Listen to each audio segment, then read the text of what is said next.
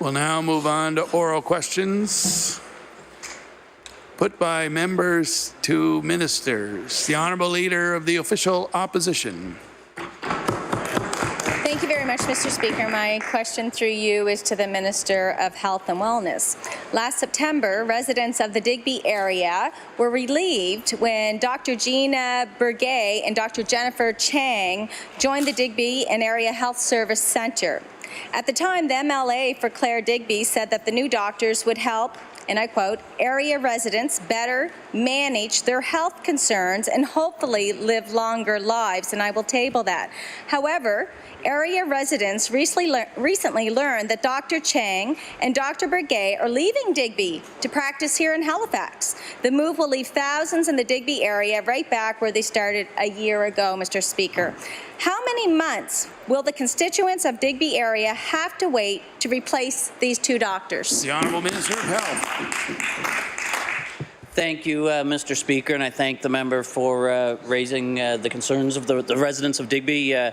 The fact of the matter is, Mr. Speaker, the work is ongoing for recruitment in communities across the province. That hasn't stopped. In fact, nearby to Digby in Weymouth, there's a physician slated to start later in, I believe, October, Mr. Speaker. So it does show that recruitment efforts are working. There are additional services with nurse practitioners and other healthcare providers supporting the community in Digby and the surrounding areas as well. The Honourable Leader of the Official Opposition. Thank you, Mr. Speaker. So lose two and get one. Like many areas of Nova Scotia, the Digby area has faced doctor recruitment and retainment issues for over the years.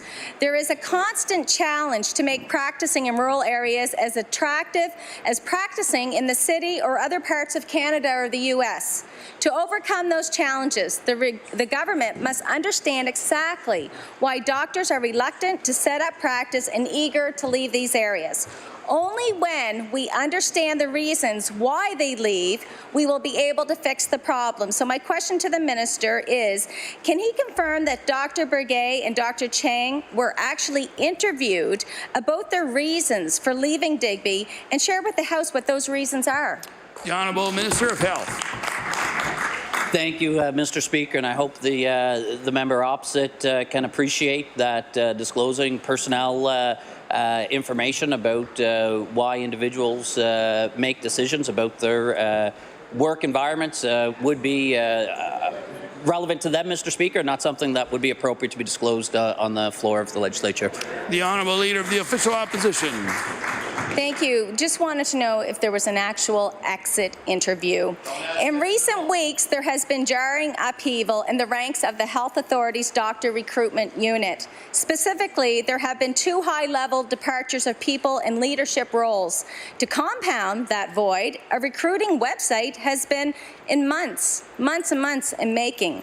The Senior Director of Medical Affairs at the Health Authority recently told CBC that the NSHA did not inherit a working recruitment strategy from the Department of Health. So when is this government going to get serious about physician recruitment and start putting in place the fundamental tools required to bring doctors to our province and keep them? The Honourable Minister of Health. Thank you, Mr. Speaker, and I'm pleased to advise the member opposite that, in fact, we take it very seriously, along with our partners at the Nova Scotia Health Authority.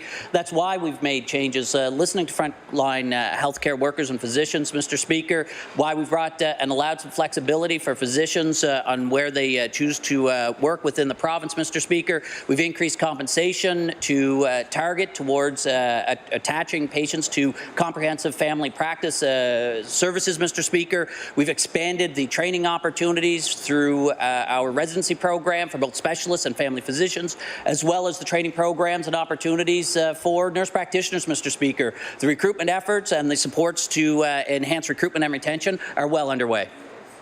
The Honourable Leader of the New Democratic Party.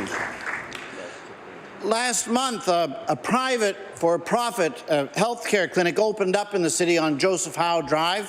It calls itself the Unified Health Community Triage Centre, and it's basic business model appears to be based on customers being able to have a 15-minute appointment with a nurse practitioner in exchange for paying a $35 fee. So I want to ask the Premier clearly, in his opinion, is it right that a person in our province should have to pay $35 for a medical appointment? The Honourable Premier. Mr. Speaker, you know, Mr. Speaker, that the healthcare system is publicly funded in this province. And, Mr. Speaker, we expect all of the institutions that are providing healthcare services to meet the Canada Health Act. The Honourable Leader of the New Democratic Party. This for-profit clinic is deeply troubling to many people who are concerned about public health care. And one of the things that's most troubling about it is that this private for-profit clinic has listed amongst its investors, partners, sponsors, the province of Nova Scotia and the province's InnovaCare. Here we are with a public health care system strapped at so many levels for financing. So I want to ask the Premier, what in the world is the government doing using public resources to fund a private money-making health care project? The Honourable Premier. Mr. Speaker, I'm not sure the organization he's referring to. If he's referring to InnovaCare, it's an arm's length organization from the government, Mr. Speaker. The Honourable Leader of the New Democratic Party. Well, this may not be an abiding concern for the Premier, Mr. Speaker, but it was an abiding concern this weekend for Doctors Nova Scotia, who met to discuss this issue. Kevin Chapman of DNS said after the meeting, and I will table his words, that the private clinic seems to create a two-tiered system at a time when our focus should be on strengthening the public system rather than trying to concurrently put a private system in place. A person could fairly conclude that the emergence of a private for-profit clinic providing a service that is supposed to be provided in Nova Scotia free indicates that the job the government is doing on providing health care is missing the mark at a pretty basic level. What other conclusion does the Premier think the public in Nova Scotia ought to come to? The Honourable Premier. Mr. Speaker, I want to thank the honourable member for the question. What the people of Nova Scotia should conclude, Mr. Speaker, is that we received 160 family doctors. We know there's more work to do. They should all recognize in September there's 19,000 Nova Scotians who found themselves attached to a family practice in this province, Mr. Speaker. They should also come to the conclusion that we've opened up 10 residency seats to ensure that we're training more young doctors in this province to be able to continue to work in this province. Also recognize and come to the conclusion that those 15 specialty residency seats were put in place to ensure that we deal with the issue and making sure that we have specialists in our province. And we're going to continue to make sure that we reach out and provide primary health care services to all Nova Scotians. The Honourable Leader of the Official Opposition. My question through you is to the Minister of Health and Wellness. It's no secret this government continues to underfund mental health care in this province. We have a health care budget of approximately $4.4 billion. Only 7% of that budget is allocated to mental health services. Every day, the stigma that has been attached to mental health gets weaker. This will surely result in more and more Nova Scotians coming forward to get help. However, this health minister and premier continue to turn a blind eye to those requiring mental health services and have yet to inject a healthy dollar amount into our underfunded mental health services. What efforts are being made by the health minister to increase mental health funding in the overall core health budget? The Honourable Minister of Health. Thank you, Mr. Speaker. And the fact of the matter is, we as a government have taken concerns and the need to invest in mental health services very seriously. We've been investing millions of dollars, Mr. Speaker, over the last number of years to continue to expand mental health services. It's been no secret, Mr. Speaker, I know, because I've stood in my place here several occasions to highlight how our investments are particularly focused towards youth and community-based services, Mr. Speaker. We'll continue those efforts because we do know that earlier identification, Mr. Speaker, bringing the treatment to patients in need, individuals in need, Mr. Speaker, will provide better outcomes in the long term, and that's where our efforts are predominantly focused. The Honourable Leader of the Official Opposition. Well, Mr. Speaker, there's been definitely no expansion of those services in Cape Breton, Pictou County, and other places across this province. We have watched access to mental health care decline under this government. It's obvious and it's a simple fact. The Aberdeen unit was closed, the psychiatrists there that remained were overworked and soon left. When we raise these questions here on the floor, the government thanks a bunch of people and then announces fancy-sounding programs like the Practice Ready Physician Stream. Well, Mr. Speaker, my question to the minister is, if this programming is the answer to the government's plan to alleviate suffering and wait lists for physicians, why does he deny the funding that it needs? The Honourable Minister of Health. Thank you, Mr. Speaker. Again, pleased to remind the member opposite that we do provide the funding of our programs and services that we commit to, that we continue to invest and expand services. The member, Mr. Speaker, cited no expansion in Cape Breton. In fact, we've committed and expanded services through the Caper-based program, providing youth community health services, Mr. Speaker, within the community. That was something that was recommended last year. We took to heart. We provided the funding to provide that opportunity, and indeed those services expanding then to other parts of the province as well. These are steps that we're taking because we do recognize the need, Mr. Speaker. It's why we invest and we work with our partners through the Health Authority and other community-based organizations to provide care to those who need it. The Honourable Member for Cape Breton Centre. Thank you, Mr. Speaker. Mr. Speaker, my question is for the Minister of Health. Last week, we heard that 2 Digby area family doctors will finish practicing at the end of November, just 1 year into their 3-year contracts at the local collaborative practice clinic. While the Health Authority says they're leaving to practice elsewhere in Nova Scotia, that's cold comfort to the residents of Digby, where those doctors were serving a clinic with nearly 10,000 patients. Mr. Speaker, will the minister acknowledge that collaborative practice teams alone aren't enough to keep doctors in rural Nova Scotia? The Honourable Minister of Health.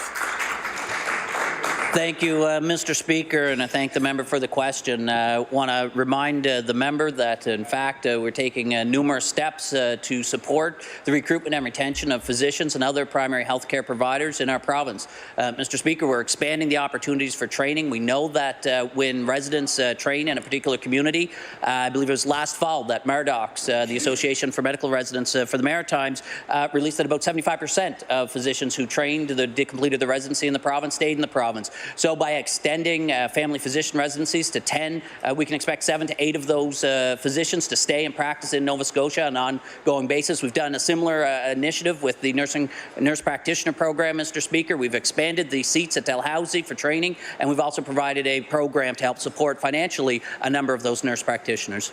The Honourable Member for Cape Breton Centre. Mr. Speaker, Diane Allen of Cornwallis often waits 60 days for a routine appointment with her nurse practitioner in Digby. That wait time was typical back in January of this year when she spoke to the press about her experience. Imagine how long people will have to wait now that their community is losing 2 out of 3 doctors. And now, without these physicians, people are worried that the Digby ER will not be able to keep its doors open. Mr. Speaker, what guarantee can the minister provide that the Digby ER won't close as these doctors leave? The Honourable Minister of Health. Thank you, Mr. Speaker. The NSHA continues its recruitment efforts throughout the province when vacancies come up. They continue to provide and make use of the incentive programs that are provided by the province to encourage physicians to practice in areas most in need. That work will continue. The support and the compensation opportunities are there. And indeed, Mr. Speaker, I'm pleased to highlight that the community in and around Digby has come together, working together with a collaborative group of individuals to welcome new physicians and healthcare providers to their community, which I believe, from what I've heard from physicians on the ground, have been well received, and I think that's an important step that will help with the recruitment efforts in that community. The Honourable Member for Northside Westmount. Thank you, Mr. Speaker. My question is also to the Minister of Health. On Sunday, a constituent and a friend of mine, Mr. Jack Penny, was experiencing chest pains. He went to the emergency room at the Northside General. He arrived at 7:50 in the morning, but the sign on the door said the ER wouldn't open till 8 a.m. At 8 a.m., he was told that Northside ER was, in fact, not open that day. Again, the sign on the door said open. Staff on the other side of the door said closed. So my question to the Minister, if Nova Scotians can't trust the sign on the ER door, how can they trust anything from this Minister? The Honourable Minister of Health. Thank you, Mr. Speaker. I think because the work that we're doing, Mr. Speaker, we listen to physicians on the front line, Doctors Nova Scotia. We brought in a new compensation program, a number of incentives, Mr. Speaker, as well as commitment for increased funding for comprehensive family practice. This, Mr. Speaker, is what we heard from physicians as an important step towards... Order, please. The Honourable Minister of Health. This is what we heard, Mr. Speaker, from the frontline physicians, the organization representing them, that this was a means to help with both recruitment and retention. We took the steps and invested almost $40 million earlier this year, Mr. Speaker, on an ongoing basis to provide those services and supports. Mr. Speaker, we continue to listen to the doctors and the frontline healthcare professionals to create an environment, Mr. Speaker, that will both help retain and recruit new healthcare professionals to our front lines. Member for Northside Westmount. Thank you, Mr. Speaker, and I'm sure Mr. Penny's going to be happy to hear what they're doing, but they're not doing in Cape Breton. Mr. Speaker, 2 nurses at the emergency room in the north side sat with Mr. Penny while he waited for an ambulance to transfer him to the Cape Breton Regional Hospital. Once he arrived at the regional, he was seen by a nurse who was from British Columbia. There are 2 nurses in a closed emergency room on the north side while the government pays for an ambulance transfer and a travel nurse brought in from literally the other side of the country. All the while, the Nova Scotia Health Authority sits in Halifax and thinks it knows how to run healthcare in Sydney. Mr. Speaker, will the minister admit that this government isn't even penny-wise and pound-foolish? It's just plain foolish when it comes to healthcare in Cape Breton. The Honourable Minister of Health. Thank you, Mr. Speaker, and I think the member opposite knows full well our commitment to investing in healthcare in Cape Breton. Knows, Mr. Speaker, that we'll be creating new primary healthcare facilities in North Sydney as well as New Waterford. We'll be expanding the emergency... Order, please. The Honourable Minister of Health has the floor. We'll be expanding the emergency room services at both the Cape Breton Regional Hospital in Sydney and in Glace Bay, Mr. Speaker. We'll be doubling the size of the cancer facility at Cape Breton Regional, Mr. Speaker. We're investing in the health care of Cape Bretoners, and they know that full well. The Honourable Member for Cumberland North. Mr. Speaker, last week at Cumberland Regional Healthcare Centre, 20 of the 39 medical acute care beds were filled with people waiting long-term care. 50% of the beds, Mr. Speaker. Meanwhile, the Emerge Department is lined up with people who need one of those hospital beds but are forced to stay in the hallway on a stretcher. Last week, one of the women was 103. The week before, somebody that was 97 who spent 5 days on a stretcher in the hallway. It makes me angry as a nurse to know my fellow nurses are working in these conditions, but mostly for our elderly whose privacy and dignity have been removed. Mr. Speaker, when will the minister start looking at the data and looking at the realities, especially that our seniors are going through, who are negatively impacted by the poor leadership through the Department of Health and Nova Scotia Health Authority? The Honourable Minister of Health. Thank you, Mr. Speaker. Happy to advise the member opposite. We certainly do take the concerns and the care of our aging population seriously. It's one of the reasons why we struck a long-term care panel, Mr. Speaker, to look into the services that are provided in our long-term care facilities. This is one step, Mr. Speaker, that we're taking to ensure that the environment and the care services we provide are appropriate for our aging population. We do share the members' concern. We want to make sure that our aged population are getting the care that they deserve. The Honourable Member for Cumberland North. Mr. Speaker, last week, while 20 people lay in the acute care medical beds waiting long-term care, there were 18 empty beds in local residential care homes that are being paid for by this government. So while we're paying for empty residential care beds, while acute care beds are being tied up with people waiting long-term care, the government can't point the finger elsewhere on external factors or international trends. This is simply resource mismanagement, plain and simple. The question, when will the Premier and the Minister of Health admit that their government has failed the people of this province and need new leadership at Department of Health and Nova Scotia Health Authority? The Honourable Minister of Health. Thank you, Mr. Speaker. As the member would know the work that we take very seriously, the concerns of the services being provided. As the member may know, she cited her experience in the healthcare profession, that residential care facility and the services being offered there are not the same as in a long-term care facility or a hospital, Mr. Speaker. So when looking at the needs of the population, of the people who would be in those beds, I'm quite confident that if a residential care facility was the appropriate location for them to receive that level of care provided in that facility, that would have been made available to them. But Mr. Speaker, where that wasn't made available to them, I'd have to conclude that it wasn't the appropriate clinical or environment for the care that they needed. The honourable member for Cole Harbour Eastern Passage. Mr. Speaker, my question is for the Minister of Health. Last week I wrote the Minister requesting that he help an elderly, immobile constituent of mine obtain a motorized wheelchair. This constituent's occupational therapists, doctors and nurses stress that a motorized wheelchair is mandatory for her before she can be discharged from the Nova Scotia Rehab Centre, which could be as early as October the 1st. My constituent meets all of the requirements for the government's Continuing Care Senior Community Wheelchair Loan Program. Unfortunately, the wait time for a wheelchair through this program is over a year. The demand for this program has far exceeded the funding. I can only assume that the cost of the recommended chair would be far less than a year-long stay at the Nova Scotia Rehab Centre. Question, will the Minister explain to me the thinking behind underfunding a critical mobility aid program that will keep an elderly woman apart from her husband and family for over a year? And will he commit to helping this constituent gain access to a wheelchair so she can go Minister home? of Health. Thank you, Mr. Speaker. I can confirm that the member did leave a piece of correspondence on my desk that I've got here. I did take a look at it just as the House session was getting started. I can commit to the member that I'll certainly look into the situation for her constituent as requested in the correspondence. The honourable member for Cole Harbour Eastern Passage. Thank you, Mr. Speaker. Again, my question is to the Minister of Health. I appreciate that. I will relay that to her this afternoon. I understand that not everybody's going to qualify for the senior wheelchair program. If you're an outpatient and not lucky enough to be in a hospital, you are going to have to wait 2 years to get admitted to the wheelchair assessment and prescription program. Then you'll have to wait another year to get a wheelchair. So for those not in a hospital bed, they're going to wait 3 years without being able to get around their home. To make matters worse, Easter Seals Nova Scotia has had to move to Dartmouth and can no longer have a facility large enough to house wheelchair donations. My question to the Minister of Health, can he explain to me why programs designed to help the elderly and disabled return home are being increasingly underfunded and understaffed? The Honourable Minister of Health.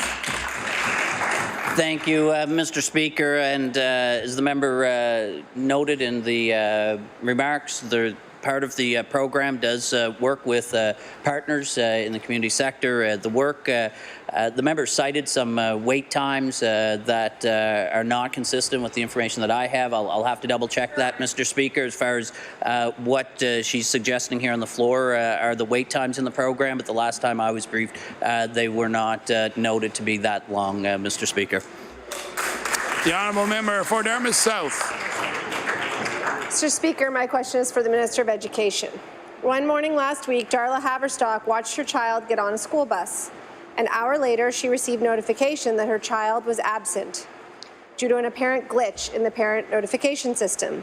In the days before that, the bus routes assigned for both of her children were getting them to school 15 to 30 minutes late each day. Mr. Speaker, the Minister has told this House that he is working with stock transportation in the regional centres, but has not been at all clear about how he's working with parents. Mr. Speaker, again, I'd like to ask the Minister, how are parents being included in the department-led review of school busing? The Honourable Minister of Education. Thank you very much, Mr. Speaker. I appreciate the member's question. There are a number of unacceptable situations that are happening in our busing system, particularly here in HRM. Ones that we have indicated to stock transportation need to be addressed immediately. More broadly, we know we have some work to do as a province to make sure we have the best practices so that each and every parent, student can rely on safe and timely service. We will be engaging parents on these conversations through our SACs and their new enhanced role in the system. We'll have a survey that's available through the website on the Department of Education so that they can provide us with direct feedback. We'll also be reaching out directly to principals through the newly established Principals Association. Those folks have invaluable information on the challenges that we experience in our schools, and this will be the first order of business for the Provincial Advisory Council on Education as well. Thank you very much. The honourable member for Dartmouth South. Thank you, Mr. Speaker. Mr. Speaker, Nova Scotia's democratically elected school boards were not perfect, but they did hold public meetings that parents could attend. It's now 2 weeks into the school year, and the Provincial Advisory Council on Education, which the Premier just referenced and has been talking about for many months now, still doesn't exist. When it does, the minister has said he has no plans for it to hold public meetings. The minister's review of busing is happening inside the department without any consultation so far or indication that the findings will be shared. Parents are feeling frustrated and ignored. Mr. Speaker, how does the minister expect parents to have confidence in decisions that are being made behind closed doors? The Honourable Minister of Education. Mr. Speaker, thank you very much. In fact, we've been reviewing all the information that's been coming into the department, into our regions, being shared by our MLAs. These challenges date back 4 years, particularly in HRM, when it comes to the challenges that parents have been experiencing, Mr. Speaker. And I think what parents' expectations are is that government address these situations so that we find results in achieving the changes that we want. There's too many unacceptable situations where parents don't even know where their kids are. We need to change that, Mr. Speaker. We're committed to fixing it, and with parents' help through the SACs, through public consultation, through work with the principals and the Provincial Advisory Council, we're going to have answers to these questions, and we're going to have a better system as a result. Thank you. The honourable member for Sydney River Myra Lewisburg. Thank you very much, Mr. Speaker. Mr. Speaker, my question through you is for the Minister of Health. Mr. Speaker, a note from the Centre for International Defence Policy at Queen's University shows that Nova Scotia has the highest rate of veterans per capita in Canada. There are 4,500 veterans per 100,000 residents. That means that there are almost 48,000 veterans living here in Nova Scotia. And our veterans, Mr. Speaker, deserve and have earned the very best of medical care. Mr. Speaker, if it wasn't for those very veterans, we wouldn't be standing in this chamber. So my question to the minister is, will the minister concede that our healthcare system struggles? It is very difficult to adequately address the needs of the veterans of this province. The Honourable Minister of Health. Thank you, Mr. Speaker. I'm pleased to advise the member opposite that we provide in partnership with Veterans Affairs some specific services like the OSI clinic specifically for veterans and the needs that they have. Mr. Speaker, I've met with the Minister of Veterans Affairs on multiple occasions to discuss a proposal for additional services that may be able to come together and work together. The Minister's been responsive to the inquiry, and we continue to work on that file, Mr. Speaker. So to the member's request, no, I don't agree with his assessment. The honourable member for Sydney River Myra Lewisburg. Well, Mr. Speaker, the veterans of this province have been asking for a walk-in clinic for a number of years now. And over the weekend, a news report revealed that the federal Liberal government left more than $372 million that was meant to help veterans and their families unspent. It's shocking news coming several months after the Prime Minister said in Edmonton that veterans were asking for more than this government could provide. Since Nova Scotia is the home of the highest rate of veterans per capita in Canada, Mr. Speaker, when are we going to see the walk-in clinic? Will the minister commit today to doing the right thing by our veterans and demanding his federal cousins give Nova Scotia a walk-in clinic that means it will help those who sacrifice so much for us? The Honourable Minister of Health.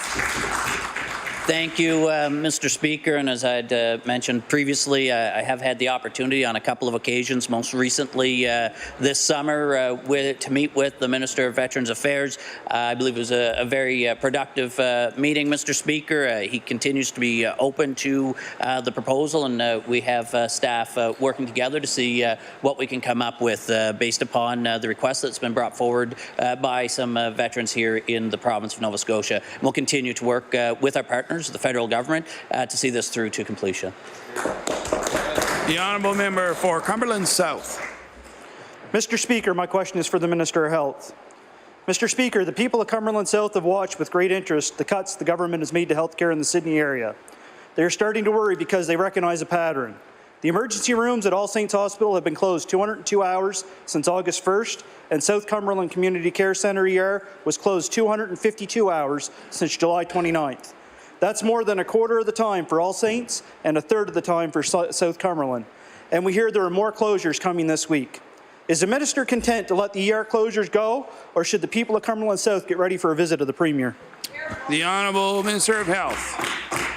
Thank you, Mr. Speaker. I'd like to clarify members' opening remarks suggesting that there have been cuts, Mr. Speaker. There haven't been any cuts, Mr. Speaker. It's well known that ER closures and the impacts across the country, Mr. Speaker, relate to staffing on the front lines. That's why we've been listening to our frontline healthcare providers. We've been changing our incentive programs and compensation, Mr. Speaker, because that's what we're being told by physicians. That's what we're hearing from nurses, Mr. Speaker, is how we define these programs, how we provide additional training opportunities. This is what we've been asking for, Mr. Speaker, and that's what we've been moving forward on. The honourable member for Cumberland South. Mr. Speaker, I'll stand corrected. The closures at Northside General and New Waterford sent shockwaves throughout rural Nova Scotia. Everybody's looking around wondering who's next. There are many that don't want me to ask this question to see what happens through the Nova Scotia Health Authority. Will the Minister give us his word that the All Saints Spring Hill Hospital and South Cumberland Community Care Centre will remain open as long as he is Minister? The Honourable Minister of Health. Thank you, Mr. Speaker, and thank the member for his question. As the member would know, that when closures do take place, Mr. Speaker, it's as a last resort. It's done, Mr. Speaker, when they can't, the NSHA is unable to fill shifts. I think the member would appreciate that. It's critical that when an emergency department is open, it's open with the appropriate staffing levels to provide the care that's needed. The work that's ongoing for recruitment initiatives in communities like Cumberland, Cape Breton, and across the province, Mr. Speaker, are being supported underneath with investments by the province to increase compensation, as well as modifications to our incentive programs, Mr. Speaker. We're listening to the frontline healthcare professionals and making the changes that they're looking for. The honourable member for Kings North. Mr. Speaker, my question is for the Minister of Health and Wellness. Mr. Speaker, yesterday I met with two constituents of mine who lost their family doctor in October of 2017. They immediately went on the list to receive a family doctor, joining 56,000 other Nova Scotians, but have yet to have a replacement. In fact, they've called twice to confirm they are still on the list, and they've been on the list almost a year now. However, they have a neighbour who went on the list long after they did and has already been connected with the doctor. My question for the Minister is, can the Minister explain why some people on the waiting list are left languishing while others who have registered later receive a family doctor? The Honourable Minister of Health. Thank you, Mr. Speaker. The way that the 811 Need a Family Practice list works, when individuals register, then when a primary care provider makes it known that they're looking to extend or expand their practice, take on new patients, then they do an evaluation, a search of the list based upon roughly the geography around the clinic. And then that list is provided to the physician or nurse practitioner that's looking to attach unattached patients. Mr. Speaker, that's the way the process works. Individuals in the primary care office then follow up with the physician, with the patients, and take people off the list as they attach that way. The honourable member for Kings North. Mr. Speaker, my constituents who asked not to be identified but shared with me they both have a variety of serious conditions that have them travelling to clinics in Wolfville and Berwick and to the ER in Kentville on a constant cycle. The main problem they face is a lack of follow-up on their health concerns. For example, one of them had blood work done in July. It showed a number of concerning results, but they have had no follow-up since then. My question for the minister is, will the minister explain how people who are trapped in a never-ending cycle of visiting clinics, how they're supposed to get proper follow-up health care since the walk-in clinics are not permitted to do this service? The Honourable Minister of Health.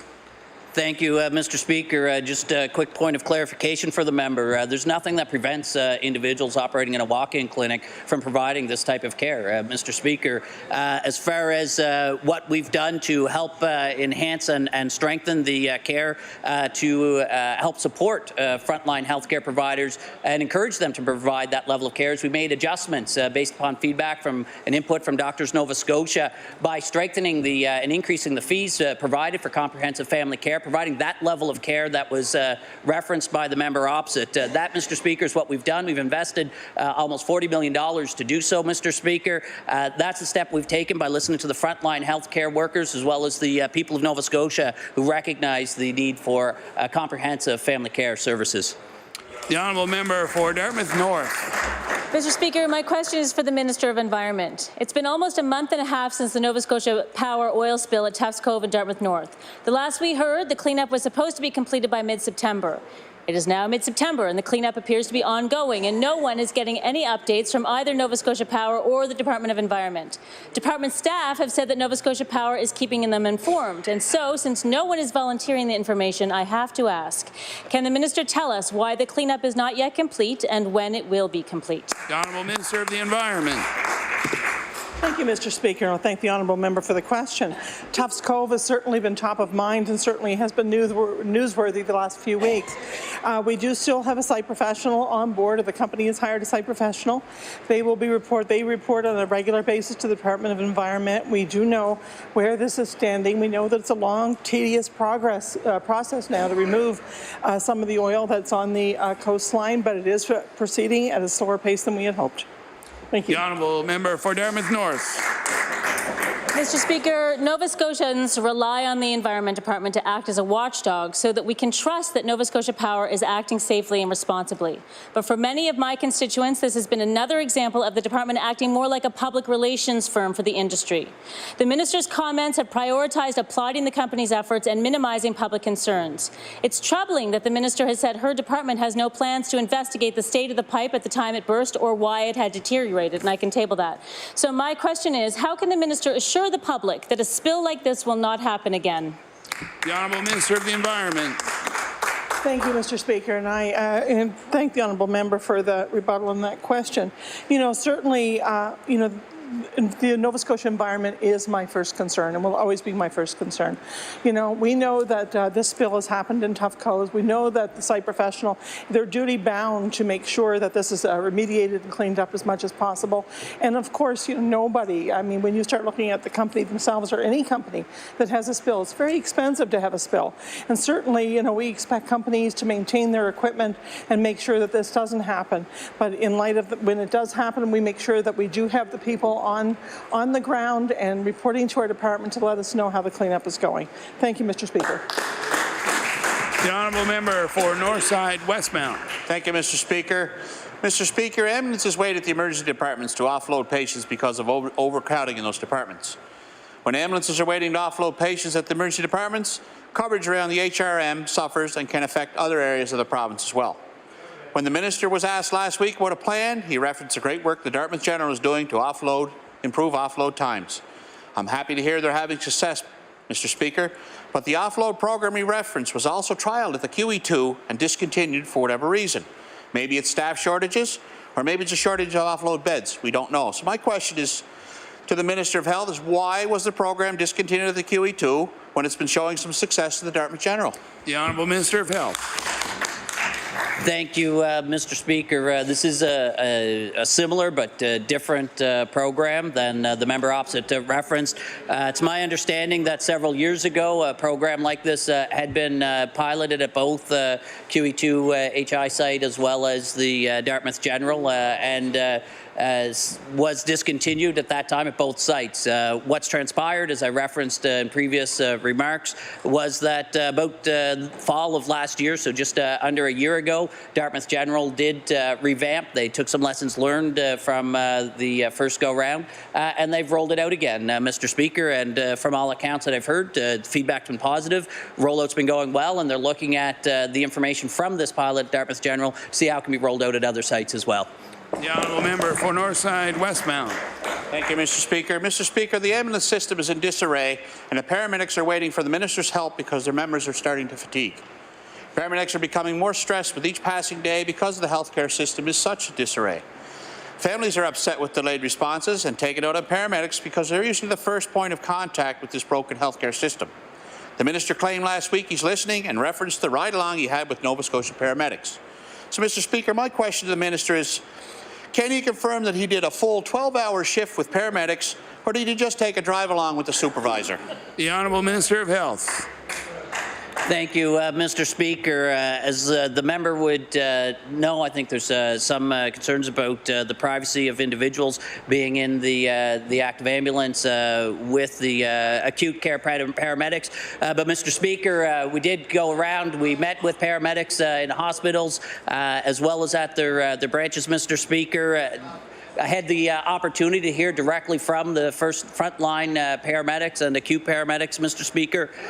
The feedback that they provided was very helpful to me, Mr. Speaker. It was one of the first things that I heard was about the success of the offload at the Dartmouth General, Mr. Speaker. It's one of the reasons why I made sure that we got over to that hospital, to the emergency department, to see how that offload program was operating firsthand. The honourable member for Pictou Centre. Thank you, Mr. Speaker. Mr. Speaker, my question is for the Minister of Health. Mr. Speaker, I'll cut the preamble and get to the point, which is situation is pretty ridiculous in my mind.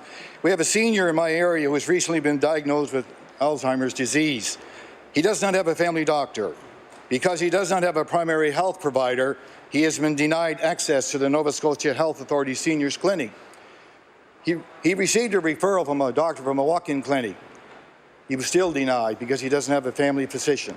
My question to the minister, does the minister agree that when our most vulnerable Nova Scotians do not have a family doctor, that measures should be put in place to give them access to specialized care like the services at a seniors clinic? The Honourable Minister of Health. Thank you, Mr. Speaker, and I'm not aware of the situation or the response that the member brought forward. I'd be happy, as the member would know, to get the information so I can look into it further.